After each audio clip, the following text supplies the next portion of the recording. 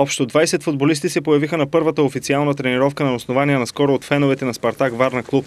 Заниманието бе водено от треньорския тандем Бойко Каменов – Марин Петров, като до няколко дни се очаква отговорът на Диан Дончев, който се спряга за официален наставник.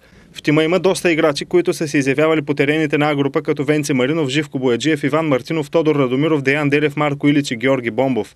Отборът ще играе в североизточната В-група през новия сезон. Любопитното е, че в същия ешелон ще се изявява и другия клуб със същото име, който бе обявен за наследник на бившия участник в А и Б група. Амбициите ще са да играе добър футбол и да побежда и да радва феновете. Оттам нататък всичко се дойде на място. Твърде е рано още първа тренировка да говорим за Б група, но най-важното е да играем добре. След като играем добре и побеждаваме, мисля, че всичко ще дойде от само себе си. Очертава се и едно дерби, което никой не се е представил, че някога ще има. Спартак 1918 срещу Спартак 1918 на стадион Спартак. Верно е това, че никой не го очаква това дерби, но така стеха обстоятелствата.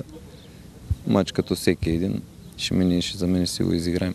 На този етап тимът се подготвя на стадиона във варненското село Тополи, но е много вероятно да играе домакинските си мачове на стадион Спартак.